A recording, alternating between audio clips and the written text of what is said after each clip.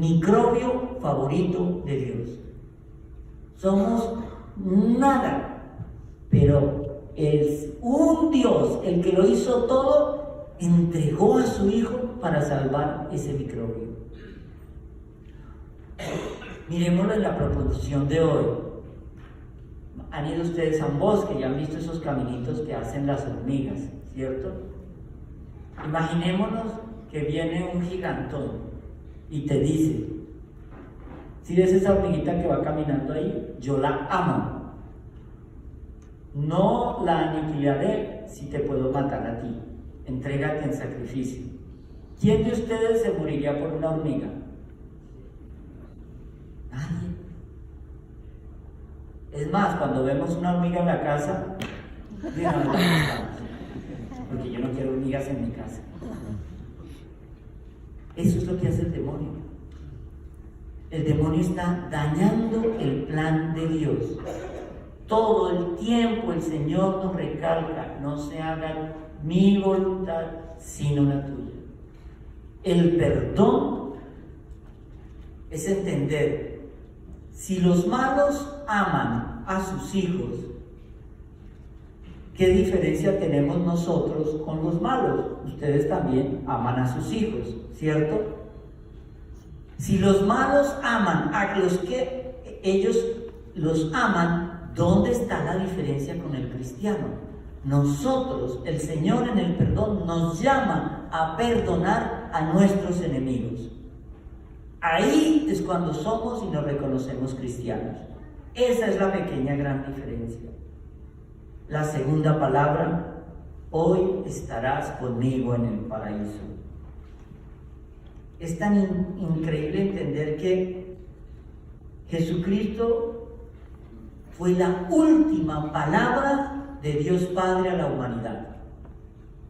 Es un intento supremo de revelarnos el corazón del Padre a través de quien mejor lo conocía, su Hijo Jesús. Y si revelar el Padre es lo que Jesús hizo durante toda su vida, ¿no será también esto sobre todo lo que quiso hacer en el momento de su muerte?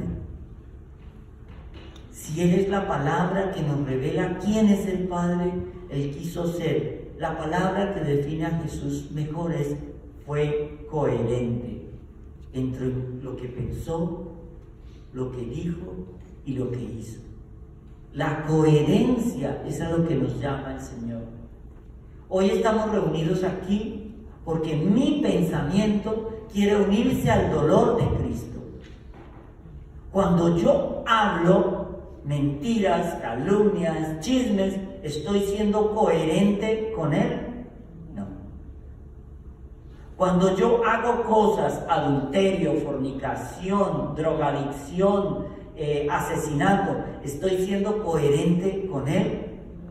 Amo a Cristo, pero mato a mi hermano con la lengua. Ahí se rompe todo. Se rompe esta esencia de lo que nos quiere enseñar en la cruz. Y tendríamos que preguntarnos: ¿qué hemos hecho de Jesús una especie de superhéroe del sufrimiento? Eso es lo que vemos en Él, un Superman que se dejó crucificar. ¿Es un héroe supremo que combate contra el sufrimiento y la muerte más horrible? ¿O es el siervo de Yahvé, sin gesto, sin grandilocuencia, casi mudo, que entregó su vida al ritmo de las circunstancias que la crueldad humana iba marcando? ¿Quién es Jesús muriendo en la cruz para mí? Ese es el pensamiento de hoy, Viernes Santo. ¿Quién es Jesús muriendo en la cruz para mí hoy? ¿Quién es? ¿Un Superman que atraviesa todas las barreras, incluso la barrera de la muerte? ¿O es un rey en majestad humilde, como lo ha visto sobre todo San Juan? Es un rey en la majestad sublime de la entrega y el sacrificio. Necesitamos tener también esa mirada de María junto a la cruz, de pie como esa mujer fuerte, señora de sí misma, silenciosa y contemplando con angustia esa separación de su Hijo amado. Y como María en aquella hora suprema, actuar nuestra fe y nuestra esperanza, sabiendo que lo que aquí está ocurriendo en la cruz se llama mi salvación. Él está muriendo para que yo no sufra esa tortura. Hay una cosa que siempre explico, y es desde la creación de Adán y Eva hasta el momento de la crucifixión, nadie pudo entrar al paraíso. Nadie, ni siquiera Adán, Noé, Isaac, Jacob, Abraham, los profetas, nadie. Imagínense que usted murió hace 2000 años y su alma eterna se encuentra en una sala de espera, esperando el instante en lo cual un hombre, el Hijo del Hombre, será sacrificado, que en su resurrección abrirá las puertas del paraíso para que todos podamos entrar. Es únicamente hasta el momento de la resurrección, cuando Jesús sube al cielo, que nos damos cuenta de la belleza que acaba de ocurrir. En el credo de los apóstoles hay el credo niceno-constantinopolitano y el credo de los apóstoles. En el credo de los apóstoles vemos siempre aquello que dice: y el Señor murió en la cruz y bajó a los infiernos. En una misa dominical lo explicaba hace poquito, pero vale la pena recordarlo hoy. ¿Por qué dice en el credo que bajó a los infiernos? ¿Acaso Él no era Dios? Sí, pero el juicio final de los ángeles es cuando Dios Padre le dice a Lucifer: te postrarás ante el Hijo del Hombre. Lucifer se niega a postrarse ante el Hijo de un hombre. ¿Por qué? Porque él era el más hermoso, poderoso, influyente. Él era el número uno en el cielo. Su orgullo le impedía postrarse ante el Hijo del Hombre. En ese instante, cuando él se niega con la pregunta: ¿por qué me he de postrar?, se crea el infierno. Y nos dice que alegóricamente con su cola se llevó 1/3 de los ángeles del cielo. Los convenció. En ese juicio, Lucifer es condenado, pero el Señor nunca le quitó el poder. Nunca. Lucifer sigue teniendo el mismo poder, la misma belleza, la misma grandilocuencia, todo en el infierno. El pecado no es feo, pero es pecado.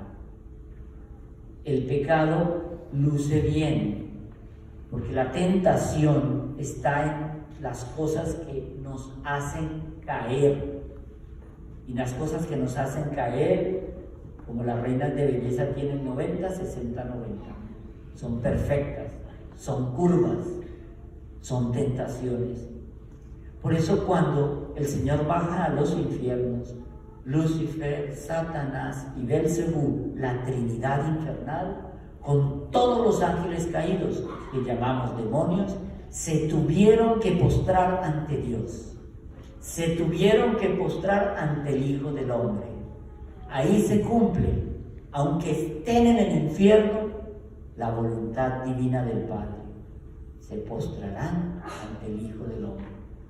Aún los demonios del infierno se postraron ante Jesús. Tuvieron que adorarlo, condenados, y lo tuvieron que adorar. Mi pregunta es: yo quiero adorar a Dios en el amor, no condenado.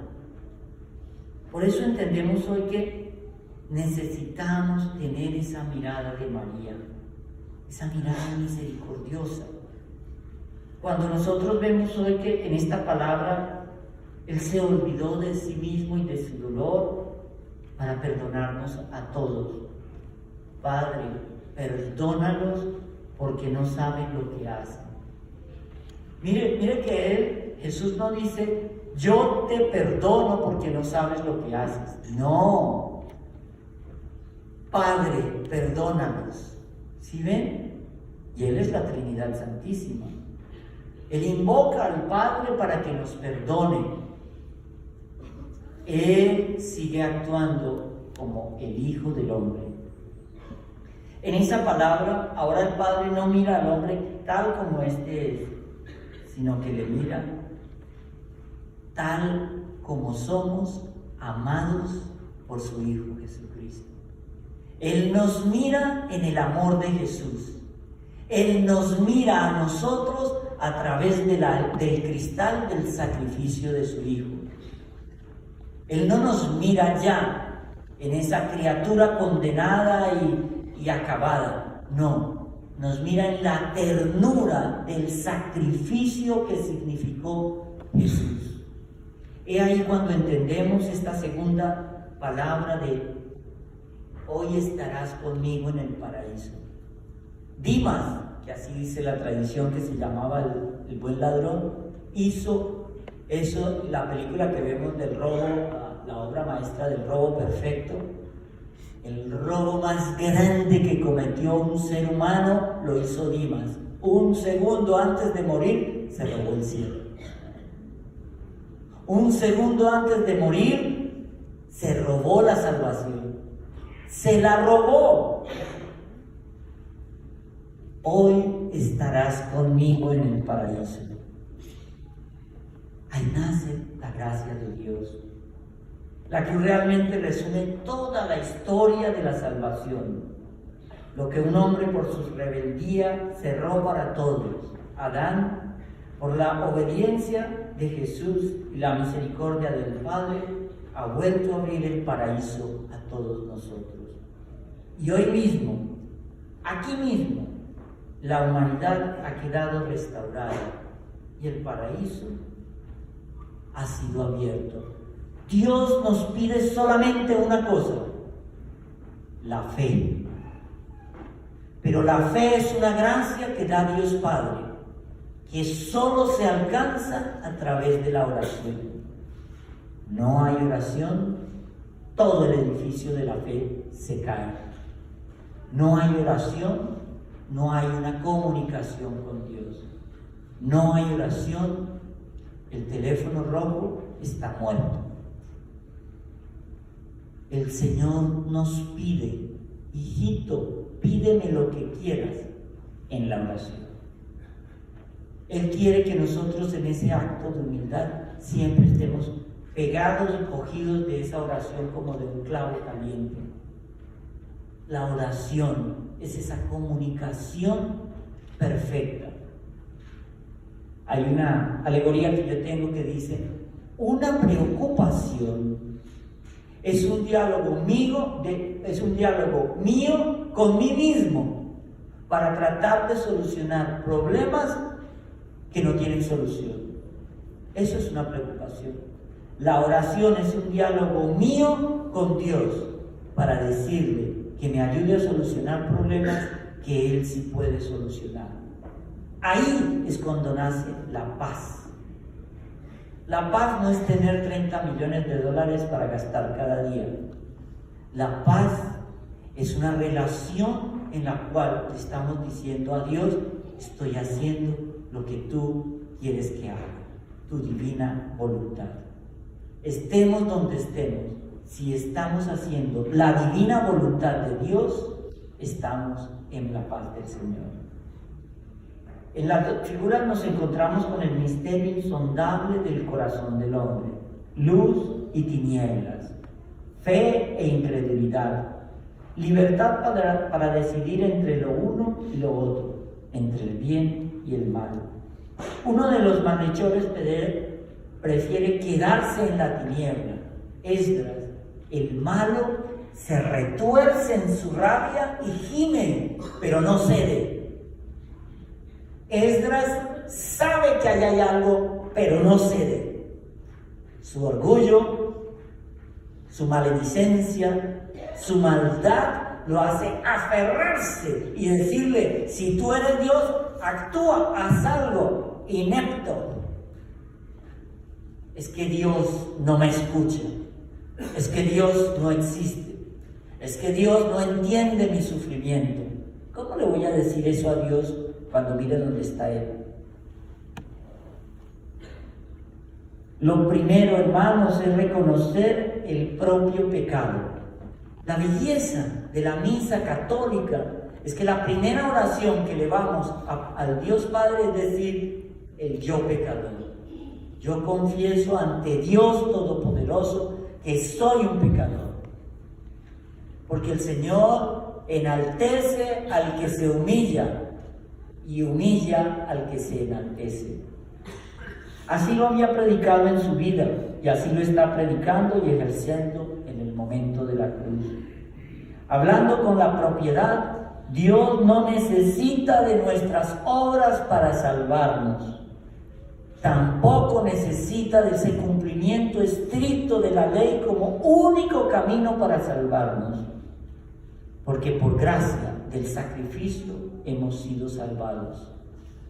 Pero nuestras obras deben reflejar ese sacrificio. Nuestras palabras deben reflejar ese sacrificio. Nuestro pensamiento debe interiorizar el sacrificio. Él reina sobre el pecado perdonando, lo mismo que reinará sobre la muerte resucitando. Él doblegó el pecado y doblegó la muerte. Doblegó el pecado en el perdón de la confesión. Doblegó la muerte en su resurrección gloriosa a la que estamos llamados todos. Ahora Jesús, el Rey Señor, establece el juicio definitivo que lo regala por gracia. Y aquel ladrón, Dimas, lo había entendido. Nunca ningún ladrón ha sido un mejor ladrón. Arrebató a Dios el paraíso simplemente con un acto de fe, con una acción de confianza, con un reconocimiento. Por eso lo llamamos buen ladrón. No porque sea bueno, sino porque es un ladrón profesional, es un buen ladrón. Es un tipo que robó a Dios y Dios lo perdonó, no por bueno, sino por profesional. El cristiano no es bueno para que Dios le dé la gracia, sino que trata de ser bueno agradeciendo a Dios por el don de la gracia. Nosotros, muchos saben que aquí hay un grupito que crearon unas chicas que se llaman las hijas del cura, un nombre picante, ya lo sé. Si se van a YouTube, Instagram o Facebook, ahí las van a encontrar. Y ellas se unieron, a propósito, las hijas de la gracia también son hijos de las hijas del cura, también hay hijos del cura, ¿no? Sino que es más picante poner las hijas del cura. Entonces el morbo los lleva a meter allá y pum, ahí caen en la trampa. Pero ellas decidieron unirse a una idea que yo tenía loca, hacer un ayuno de 40 días, que en realidad no fueron 40 sino 47, que es desde el miércoles de ceniza que estamos ayunando hasta el domingo de resurrección, o sea, a las 12:01 ajiaco. Ya lo tenemos programado. Pero la pregunta era, ¿qué sacamos con el ayuno? Los primeros 3 días, dolor de cabeza. Al cuarto día, debilidad y pensar que me voy a desmayar. Y luego empieza a saber que me estoy comiendo un trozo de pan cuando me da hambre y eso agua toda la que me quepa. Pero ¿qué sentido tiene el ayuno? ¿Para qué me sirve? Bueno, los gorditos lo entenderán.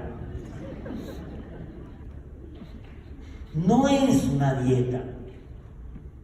Porque un ayuno sin oración sí es dieta.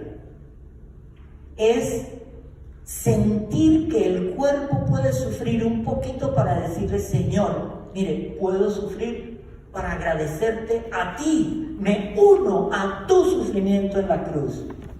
Puedo sufrir esto. Así como sufriendo, Dimas se daba cuenta que podía robar a Dios. Y aunque su vida no fue un ejemplo de virtudes, hizo un acto de fe en el último segundo y se salvó. Miren, cuando aquí llaman para que vayan a hacer una unción a un enfermo que está muriendo, había Santa Gertrudis, decía que si un sacerdote no iba, por pereza, ojo, que esa alma, así estuviera en el pecado más mortal, se salvaba. Pero que lo que le tocaba al purgatorio caía sobre el cura. ¿Ya entiendes por qué corro yo cuando hay una unción? La secretaria siempre me pone un texto y dice: padre, hay una unción urgente en el hospital, en tal sitio y todo eso. Y hay veces que yo estoy ungiendo y tengo el teléfono apagado. Cuando lo prendo, tengo 3 llamadas perdidas, porque yo siempre le he dicho: mire, si yo no contesto recibido, usted me llama hasta que se canse. Yo no quiero irme para el purgatorio por las imbecilidades que hizo otro. Yo no soy tan Cristo. Pero entender esto es entender lo que hizo Dimas. ¿Ustedes saben cuánto purgatorio pagó Dimas? No más de un día, porque el Señor le dijo: hoy mismo estarás. Hoy mismo. Joder, ¿habrán cursos de cómo robar a Dios? Uno no entiende esa belleza. Uno no entiende que el Señor quiere que lo robemos, que nos robemos la salvación.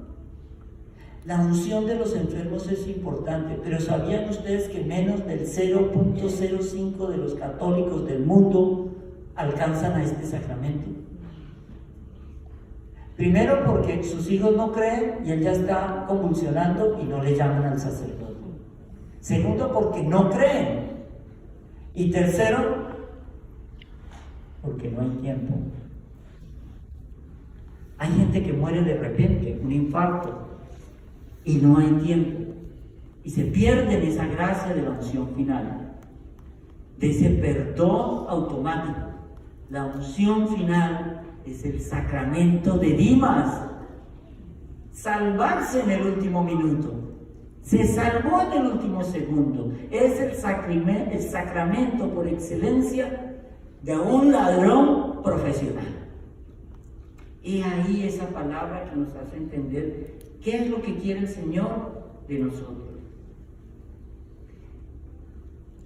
La tercera palabra: mujer, ahí tienes a tu hijo. Hijo, ahí tienes a tu madre. Es curioso que esta tercera palabra sea sacada del Evangelio de Juan y no de Lucas, como las dos anteriores.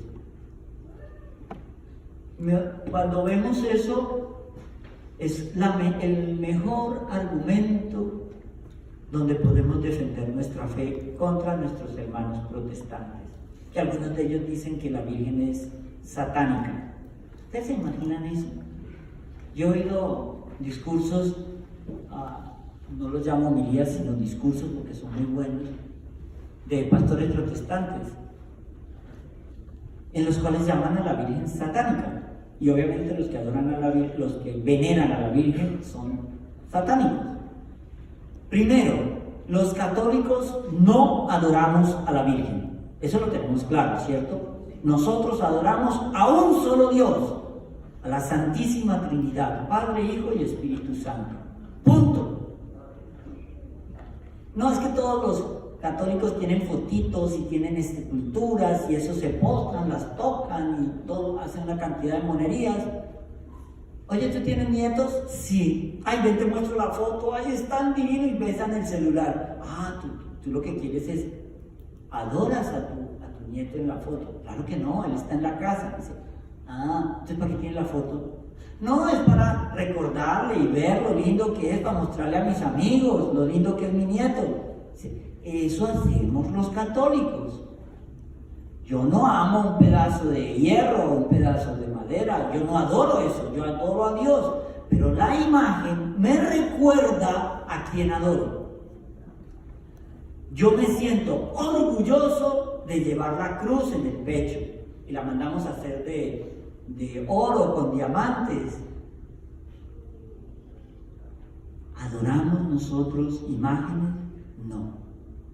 ¿Nuestros hermanos protestantes dicen que nosotros adoramos a la Virgen? No. La palabra se llama veneramos. Pedimos su intercesión porque es que Jesús en la cruz, su tercera palabra es: pídanle a la Virgen que los ayude. No solamente le dice eso a Juan, sino le dice: he ahí a tu madre. ¿Madre de quién? De esta iglesia que él creó. Entonces, no acudir a un abogado como la Virgen es ser tarado. Porque si él mismo nos dice: pídanle a ella. Mire lo bonito. ¿Por qué yo voy a tomarme una sopa de ajiaco a las 12:01 del domingo? La Virgen aceleró la vida pública de Jesús. ¿Cómo lo sabemos? Evangelio de Lucas y Evangelio de Juan. Bodas de Caná. Se acabó el vino. ¿Qué le contesta el Señor?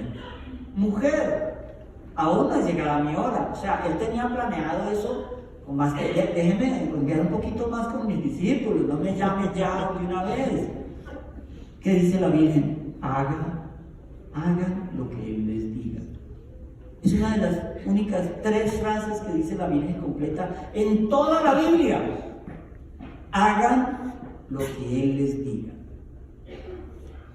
Después de haber dado su fiat 30 años antes, hagan lo que Él les diga.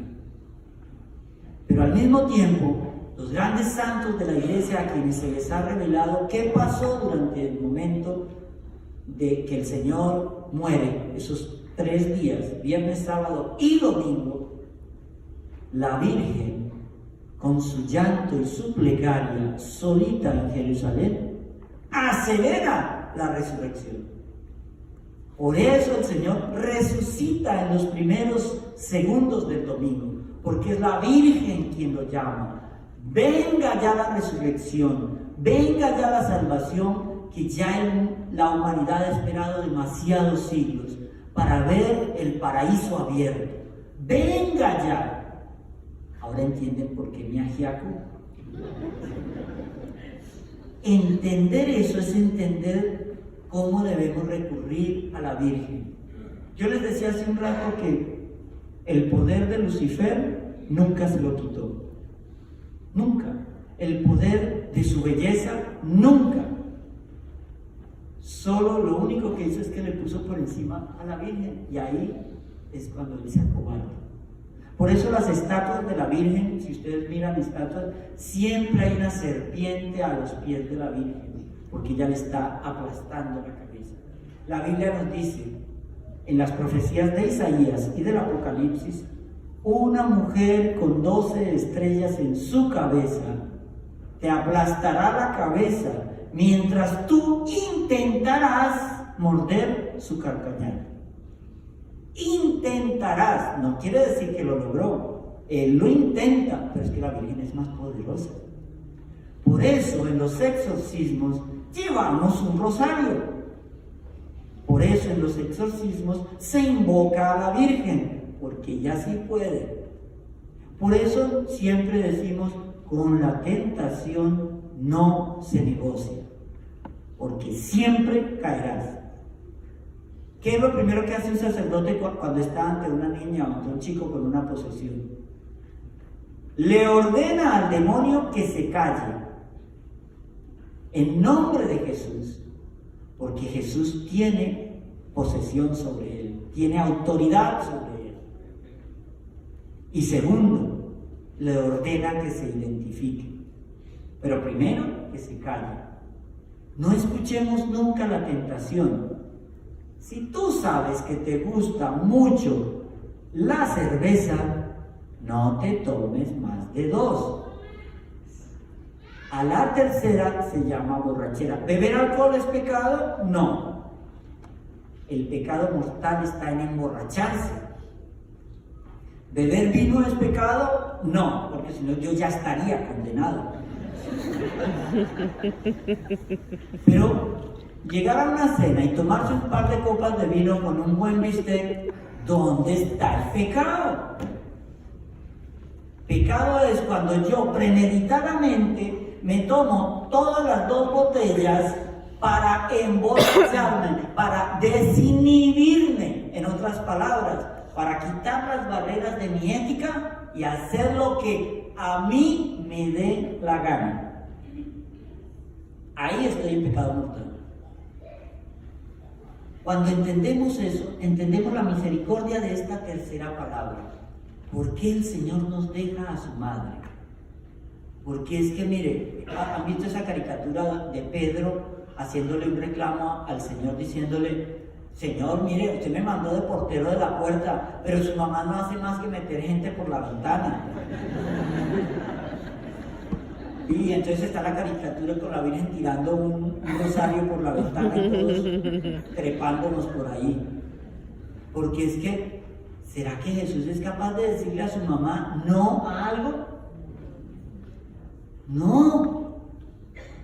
Mire, cuando yo estaba en un canal de televisión y quería conseguir algo de mi jefe y yo conocía a la mamá, yo iba a la mamá.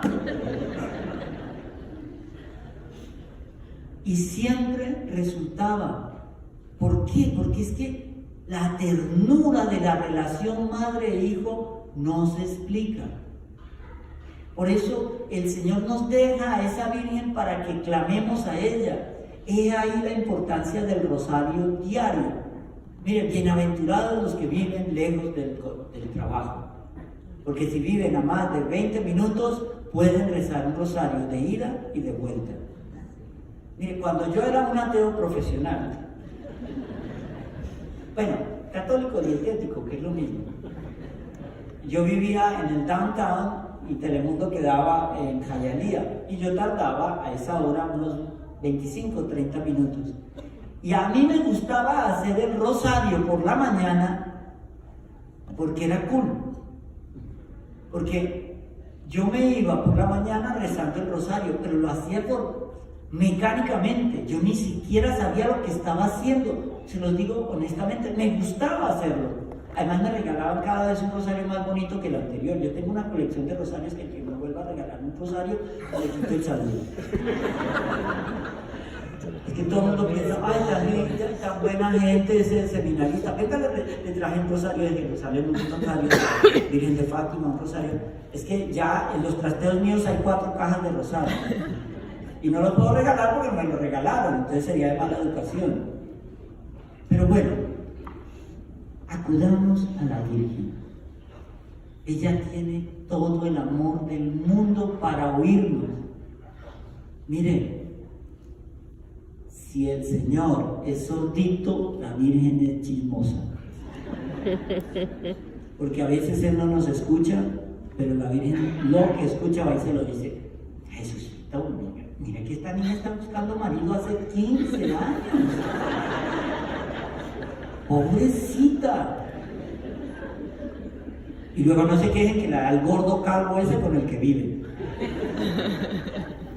La Virgen está dispuesta para nosotros. Ella quiere ayudarnos. Pero si no acudimos a ella, el rosario no sirve colgado del espejo retrovisor. No, eso no es un amuleto. El rosario sirve cuando lo oramos. Mire, cuando yo veo que la gente siempre tiene el rosario colgado del espejo, me da una sospecha a mí de que no reza el rosario, porque si siempre está colgado, cuando lo cogen, primero se revienta el hilo de tanto calor y aire acondicionado, calor antes que rezarlo. No es un amuleto. El rosario tiene que estar dentro de nosotros. Alguna vez se lo explicaba a una chica que practicaba el yoga y le decía: mira, es un mantra, repite el mantra del Ave María. Ah, sí, ¿no? Así lo entendemos en el lenguaje de hoy. Pero el Señor no se dirige primero a María, la llama mujer. toma distancia de ella y le dice: ahí tienes a tu hijo. Luego se dirige al discípulo y le dice: ahí tienes a tu madre. ¿Qué le interesa en primer término a Jesús? Revelarnos la maternidad universal de María. Eso es lo que más le interesa. Y entregarnos a María para que fuera nuestra madre. Y Juan, el discípulo amado que recibió a su María en su casa, nos representa a todos nosotros cuando recibimos a María en nuestra casa. Mire, mucha gente habla que el final del mundo, mira, el final del mundo no va a llegar todavía, porque eso Jesús tiene que volver aquí, destruir al demonio y reinar, de acuerdo con el Apocalipsis, al menos 1000 años. El Señor Jesús reinará en la tierra por lo menos 1000 años. Y lo más lindo es que nosotros peregrinaremos a la Jerusalén celestial cada año a ver a Jesús, así como algunos van ahora a Israel a ver la tumba. No, cuando el Señor triunfe, la tierra, así el cuerpo como ahora, nosotros tenemos que peregrinar. Y como nos dice el Apocalipsis, el que muera de 500 años cuando Jesús reine, habrá muerto joven. ¡Qué belleza! ¿Y eso dónde lo dice el Apocalipsis? Como no lo leen, ya. Isaías nos lo recuerda. Cuarta palabra: Dios mío, ¿por qué me has abandonado? Quiero aquí hacer un pequeño recorderis, y ya voy a acabar, ya a las 7 se puede ir. Miren esto tan bonito. En todos los evangelios donde se habla de esta palabra, es la única palabra que no se traduce, sino se dice tal cual en arameo. En el Evangelio de Mateo decimos: Elí, Elí, lama sabactani. En el Evangelio de Marcos es: Eloí, Eloí, lama sabactani. Es curioso, y aquí vamos a la historia. El Señor hablaba arameo, pero aquí hay una variación. El Señor había el arameo siríaco, que es el que todavía algunas regiones de Siria e Irak hablan, y el arameo palestino, que era el que se hablaba en Israel. Pero el Señor también hablaba griego koineo y latín. Pero bueno, hay chismes que dicen que el Señor hablaba el griego koineo como yo el inglés. Se hacía entender, pero la gente tenía que poner un acto de fe para entenderlo. Entonces, ¿por qué el Señor hablaba en arameo en la cruz, sabiendo que lo estaban crucificando eran los romanos? Mire, Pilatos, en medio de su brutalidad, hizo algo sabio. Mandó a colocar un letrero arriba en latín, en griego y en arameo: Jesús de Nazaret, Rey de los judíos. El Sanedrín mandó a quitar el letrero. ¿Cómo contestó Pilato? Está escrito, está escrito. Lo que está escrito, escrito está. Mire lo que está escrito, pero escrito en el letrero, no, escrito en la Biblia: el Rey de los judíos. Si ven a alguien que aún sabiendo que estaba crucificando al Mesías, no cambió.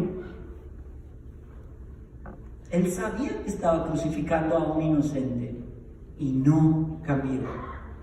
Cuando nosotros volvemos a pecar y volvemos a pecar y volvemos a pecar, estamos haciendo lo de Pilatos. Sabemos que Jesús es mi Salvador, pero lo volvemos a crucificar y vuelvo a pecar. Pero lo que nos quiere enseñar el Señor hoy con estas palabras es: ¿por qué me has abandonado? ¿Cómo entendemos que si es una Trinidad unida, Jesús, la segunda persona de esa Trinidad, lo ha abandonado? Porque recordemos que Jesús era el hombre que estaba siendo crucificado y tenía que sufrir como hombre. y tenía que sentir el dolor y sobre todo tenía que representar de alguna manera lo que era la ausencia total de Dios. El único lugar donde se siente mortificadamente y desesperadamente la ausencia total de Dios es en el infierno, porque allá se pierde una cosa que ya nunca recobraremos: la esperanza de que por malos que hayamos sido, algún día podremos salir del purgatorio. Y el Señor le permite a Jesús sentir la total ausencia de Dios Padre en su corazón. Ese ¿por qué me has abandonado? No es solamente el grito del Hijo al Padre, es el grito del Hijo Jesús a nosotros. Hijito, ¿por qué me has abandonado? ¿Por qué has preferido el pecado si yo te lo quiero dar todo? No es un grito desesperado a un hombre muriendo en la cruz, al único que lo puede salvar. Es el grito desesperado de Jesús viendo cómo nos estamos condenando cada día. Es el dolor de perder el ser amado. Es el dolor de saber que el sacrificio de la cruz se está perdiendo. Y es ver cómo la Virgen en sus estatuas llora sangre, porque como dijo el Medjugorje, lloro sangre porque los hombres han dejado de hablar de mi hijo y las piedras están hablando de mi hijo. Y lloro sangre de ver cómo ya los niños de 9, 8 años se están condenando. Ese es el grito desesperado: Elí, Elí, lama sabactani. Señor, Señor, ¿por qué me has abandonado?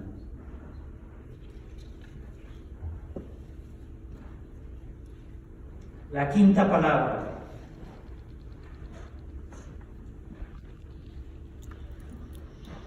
Tengo sed.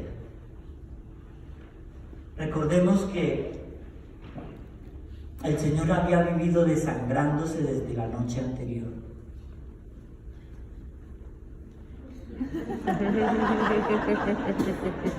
Tiene el don de la clarividencia.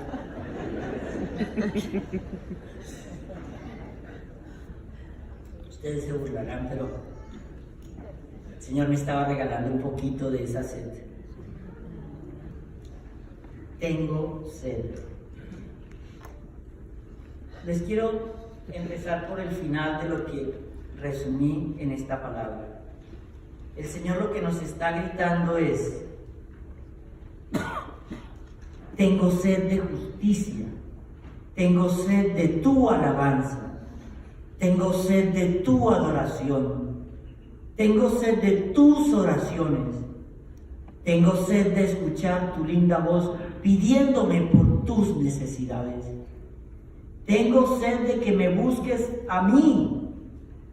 Tengo sed y deseo tomar contigo de las aguas profundas de mí. ¿Y tú qué estás haciendo para que el Señor no tenga sed de ti? Humanamente, el Señor había estado desangrándose y desangrándose y desangrándose. Y los que sean médicos aquí, pues van a corroborar mis palabras cuando explican que cuando alguien se está desangrando, toda el agua del cuerpo y de las células se va al corriente sanguíneo para que el corazón no pare, y ya lo que empieza a bombear no es sangre, sino agua. ¿Y por qué el Señor dice que entregó hasta su última gota de sangre? Porque es que Él tenía que agotar todo en su cuerpo, hacernos sentir sed de Él. Cuando uno está en la adoración, y hay veces que el Señor te regala cositas, y por eso los santos, cuando logran ver por un segundo la gloria de Dios, se quieren morir ya, porque es que todo aquí pierde la dimensión. ¿Se acuerdan las tentaciones del desierto después de los 40 días? Es bien interesante. La Biblia no dice, y el Señor tuvo sed. La Biblia dice, y Jesús tuvo hambre. No sed, hambre. Pero en la cruz tiene sed. En el desierto tuvo hambre porque quería demostrar lo que los científicos han comprobado hoy, que nadie puede vivir sin agua 40 días. Pero sin comida sí podemos, y aquí tengo a varias de las hijas del cura que lo pueden demostrar. Están famélicas, pero tienen los cuerpos lindísimos. Pero el Señor nos dice, tengo sed en la cruz, porque Él ya ha entregado hasta su última gota de sangre. En la tentación nos demostró el Señor que Él sí tomó agua, pero no comida. Él puede suplir, porque ¿cómo le contesta el Señor? No solo de pan vive el hombre, sino de toda palabra que viene de la boca del Señor. Pero en la cruz, la sed de Cristo que nos llama es una sed al cambio. Hay unas reflexiones muy bonitas sobre la sed que encontré. Déjenme leerles. Uno de los soldados, conmovidos, moja una esponja en un jarro de posca. Posca era una mezcla de vino agrio o vinagre y agua, porque eso quitaba la sed. Y ellos era lo que bebían para su propio alivio. Y deja vernos que el otro se burla de él antes de poner, ¿dónde pone la esponja el soldado? En la punta de una lanza. Ya le está anunciando lo que viene. Y el Señor lo que nos dice es, en la última cena, no volveré a beber del fruto de la vid hasta que yo esté en el trono de mi Padre. Conclusión, en el cielo hay vino. Alabado sea el Señor. Y Él convirtió el vino en su sangre. El agua es para las matas. El vino en su sangre. Es esa sed de sangre del Señor a la que tenemos que llegar nosotros cuando acudimos a la Eucaristía. Es esa sangre que me salvó a mí, la que yo quiero que corra por mis venas. Es esa carne que entregó el Señor, su cuerpo entero, al que yo tengo que clamar día a día, sin cejar, porque Él me perdone para poder compartir su paraíso. No importa lo que hagamos hoy, importa que un día cambiemos, y ese cambio tiene que llegar ya. Cuando nosotros vemos, en cierto modo, que Jesús experimenta este tipo de sed, la experimenta como hombre o como Dios. Porque hay una pregunta teológica que yo he repetido mucho, y ya ustedes saben la respuesta, pero para esa única persona que no lo ha escuchado, si Jesús, si hubiese podido bajar de la cruz, ¿Él lo habría hecho? Los que digan sí, levanten la mano. Todos ya saben la respuesta, no podía, porque Él fue crucificado como hombre. Si Jesús pudiera desintegrar el celular que está sonando de aquí,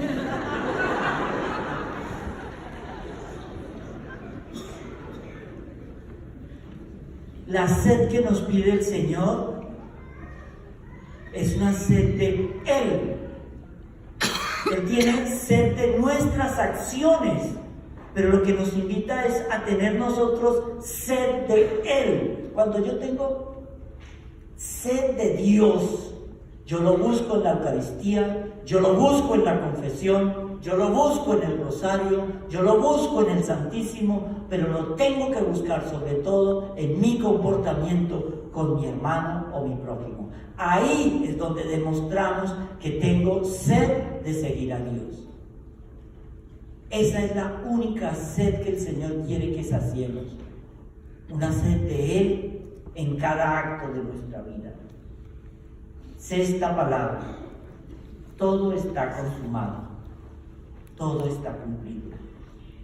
La sexta palabra de Cristo es el grito del triunfador, del corredor que llega a la meta. Es sencillamente el grito del Hijo que ha cumplido la voluntad del Padre. Ya lo había dicho tantas veces, no he bajado del cielo para hacer mi voluntad, sino para hacer la voluntad del que me ha enviado. Mi alimento es hacer la voluntad de Dios Padre. Cuando leemos en los libros de Luisa Picarreta sobre la divina voluntad, perdón, es que he hablado mucho, ya me callo. Cuando vemos los libros de la divina voluntad, al cual yo los invito a que empiecen a escudriñar, no a leer, a escudriñar, cómo el Señor para los últimos tiempos nos pide a un selecto grupo de seguidores que sigamos su divina voluntad, que entendamos su divina voluntad, que cuando nos detectan un cáncer lo vemos como una maldición y no lo vemos como una manera de decirle a Dios: uno mi sufrimiento al tuyo. Cuando el Señor desgraciadamente nos quita a un ser querido que amamos mucho, ¿cómo le decimos al Señor: acepto tu divina voluntad? Oh, qué lindo, me quitaste a mi hijo. No lo hacemos así, ¿no? No es crueldad. El Señor, contrario a lo que creemos nosotros nunca hagamos la pregunta que Lucifer le hizo a Dios: ¿por qué? La pregunta es: ¿para qué? ¿Qué debo aprender yo con un cáncer? ¿Qué debo aprender yo con la pérdida de un ser querido? ¿Qué debo aprender yo con perder un trabajo, con perder una esposa, con un divorcio? ¿Qué debo aprender yo cuando a un hijo le declara que tiene una enfermedad incurable? ¿Para qué me sirve el sufrimiento? Él lo que nos dice es: recojamos todo el sufrimiento y pongámoslo a los pies de la cruz, que yo te lo devuelvo en gracias. ¿Para qué? Es la pregunta. Es ese grito desesperado. Él no gritó cuando lo apresaron. Él no gritó cuando lo fustigaron y lo flagelaron. Él no gritó cuando le clavaron la corona de espinas. Él no gritó cuando le clavaron los clavos en pies y manos. Él únicamente grita cuando ha cumplido su misión. Todo está consumado.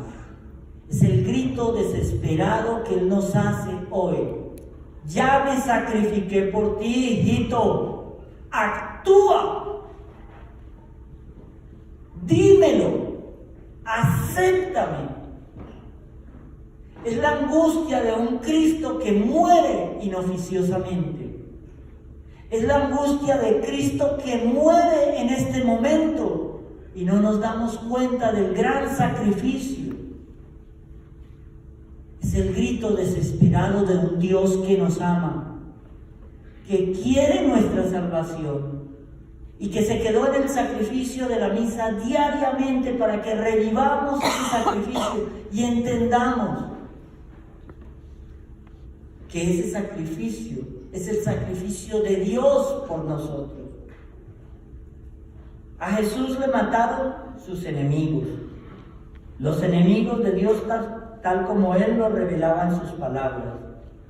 No aceptaban a un Dios tan cercano, tan humano, tan padre, y no aceptaban que Él fuera su hijo y que por su sacrificio nos hiciera hijos adoptivos del Padre. No lo aceptaban. Preferían un Dios lejano, empotrado en un altar, que no viera mi pecado. Usted está allá, Señor, mientras yo peco, y luego voy y te digo, muy chévere, y vuelvo.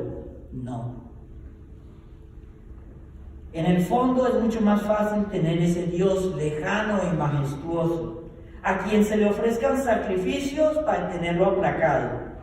Pero este Dios que se nos revela es un Dios servidor. Por eso los que rechazaban esta revelación de Dios mataron a Jesús. Ese Jesús que nos revela y que la Biblia nos lo dice en el Deuteronomio. Maldito el que cuelga del madero, Deuteronomio. Para que nadie creyera en él, lo crucifican. Lo hacen maldito, pero como en álgebra, menos por menos da más. Aquel que se humilló, acepta la humillación mayor de ser maldecido por morir en la cruz. Menos más menos da más. Es curioso que él nazca en una cueva, en la soledad absoluta, y muera en la cima de la montaña, en la soledad absoluta. Se repite el ciclo.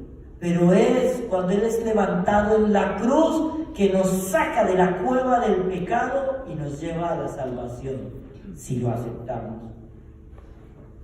Este Hijo nos ha hablado con palabras como las nuestras y nos ha dicho que se puede vivir como un hombre. En estos días, cuando confesaba a una chica, me decía, Padre, es que usted es tan como nosotros, porque yo siempre había visto el cura como ese ser allá, que todo el día después de la misa está arrodillado, rezando, no come y que regaña mucho. Cuando la gente me dice, no, Padre, es que usted es un poco regañón. No, yo no soy regañón, soy apasionado. Eso es diferente. ¿Por qué? El Señor me sacó de un mundo de éxito para que yo con pasión entendiera el milagro de la redención. Y yo, como no sé hablar sino con pasión, es porque amo el milagro de la redención. Y cuando me dicen, no, es que lo vimos en tal restaurante comiendo, sí, también como. No, y es que estuvo en la playa, sí, también voy a la playa. Mire, Luisa y las grandes santas nos recuerdan una cosa muy linda. No sé si lo han hecho alguna vez. Vayan a la playa y oren un rosario. Cada ola del mar es la creación del universo diciéndole a Jesús, Señor, en cada ola te amo, te bendigo, te adoro, te doy gracias, te reparo, te reconozco, te alabo y te pido perdón. Cada ola es la creación diciéndole a Dios, gracias por tu creación. Cuando vayamos a la playa, llevémonos un rosario y oren un rosario ante esa creación dando gracias y verán la dimensión del universo agradeciendo a Dios. Todas las profecías sobre Él se habían cumplido en esta palabra. Todo está consumado. Pero sobre todo Él ha realizado la obra que el Padre le había encomendado. Revelarnos que existe un Dios, que es Padre, Hijo y Espíritu Santo. Que el Padre creó todo lo que existe por su Hijo y todo era bueno. Que a lo largo del tiempo habló de muchas formas a nuestros padres y por fin, en la plenitud de los tiempos, nos muestra a su Hijo para que con nuestros sentidos lo entendamos. En el Antiguo Testamento nos recuerdan que no debemos hacer imágenes ni adorarlas. Ya hemos dicho que no adoramos imágenes. Pero cuando Dios, Jesús, se hace carne y se hace hombre, ya el ojo humano lo vio, ya lo puedo representar. Ya puedo ver cómo es la cara de Jesús y ya puedo hacer una imitación de esa cara de Jesús. Ahí nacen las obras de arte. Las obras de arte se hicieron porque en la mayoría de la historia el 90% de la población era analfabeta. Y un cuadro tenía que ser un evangelio escrito en el cual solo la imagen representaba toda una acción del evangelio. He ahí la importancia de las obras de arte en la liturgia católica. He ahí la importancia de las vestimentas que nos acompañan a los sacerdotes para cada acción. Pero lo que el Señor nos quiere dar a entender es que nunca habló tan claro Jesús de Dios como cuando quedó mudo en la cruz. 7 palabras, 3 horas de padecimiento para enseñarnos a nosotros en qué consistía su sacrificio. La vida del hombre no es solo nacer, vivir y morir, como muchos creen. La vida del hombre es nacer, vivir, morir y resucitar en Cristo. 7ª palabra. Padre, en tus manos encomiendo mi espíritu. Esta fue la palabra, la última palabra de Jesús, la más suave, la más dulce, la que podía habernos enseñado siempre qué debemos decir en el momento de nuestra muerte. Aún Esteban, el primer mártir de la cristiandad, que fue un diácono y que muere apedreado por las turbas en Jerusalén, repite las palabras de Jesús: Padre, en tus manos encomiendo mi espíritu. Sin embargo, el hombre teme a la muerte y por eso pasa la vida huyendo de ella. El que cree en Dios, para el que contempla a Dios y escucha a Dios y a Jesús muriendo, morir no es nada trágico. No es saltar al vacío ni entrar en una noche sin fin. Los hombres creemos que morimos, que perdemos la vida, y lo que ocurre en realidad es solo lo que le ocurrió a Jesús, y que ponemos la cabeza en su sitio, es decir, nos ponemos en las manos del Padre. Había un poeta, Eugene Eutichenko, ruso, que escribía: cuando una persona muere, Dios acaba de amasar su existencia para la eternidad, y en las manos de Dios no se pierde ni una lágrima, ni un esfuerzo, ni una ilusión, ni un sufrimiento, ni un instante de nuestra vida. Nada se pierde en las manos de Dios, y mucho menos un sufrimiento escuchado por Jesús. Jesús ya muere tranquilo.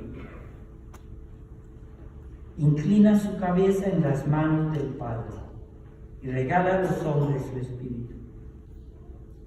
Jesús quiso terminar su vida pronunciando de nuevo la palabra más querida de su corazón, la palabra que resume su amor y el mensaje al mundo: Abba, Padre, porque Dios es Padre, se dedica a ser Padre, Él solo sabe ser Padre. He aquí la gran revelación de Jesús. Dios es siempre Padre misericordioso, pero Jesús le llamó así viendo nuestra vida y muriendo nuestra muerte. Lo sabemos mucho mejor, por eso vino al mundo sin ninguna objeción. Cabe ya contra la existencia y la bondad de Dios viendo cómo vive y cómo muere Jesús. Quitad esta revelación de Dios como Padre y nada queda del Evangelio. Ponedla y todo el mensaje evangélico adquiere un sentido. Más todavía, Quitad la revelación de Dios como Padre y toda la vida se hunde en el absurdo. Ponedla y la vida entera, incluido el último momento que llamamos muerte, quedará convertida en canto de alabanza al amor de Dios. En la cruz nos damos cuenta que en la realidad nuestras rebeldías contra Dios, por la existencia del mal y de la muerte, no hacen más que darnos a entender que el problema último del mal está en nuestro corazón, en nuestro pecado. ¿Con qué paz mueren los santos? Qué bien sabía Santa Teresa de Jesús, que escribió aquel verso maravilloso: vivo sin vivir en mí, y tan alta vida espero, que muero porque no muero. Déjeme leer ese poema. No me mueve mi Dios para quererte, el cielo que me tienes prometido, ni me mueve el infierno tan temido para dejar por eso de ofenderte. Tú me mueves, Señor, muéveme el verte clavado en esa cruz y escarnecido. Muéveme el ver tu cuerpo tan herido. Muéveme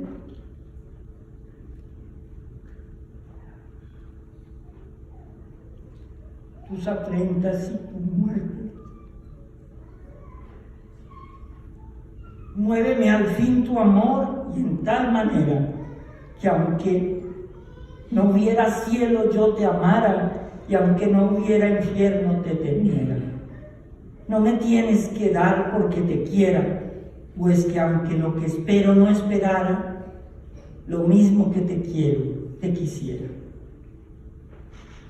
Amén.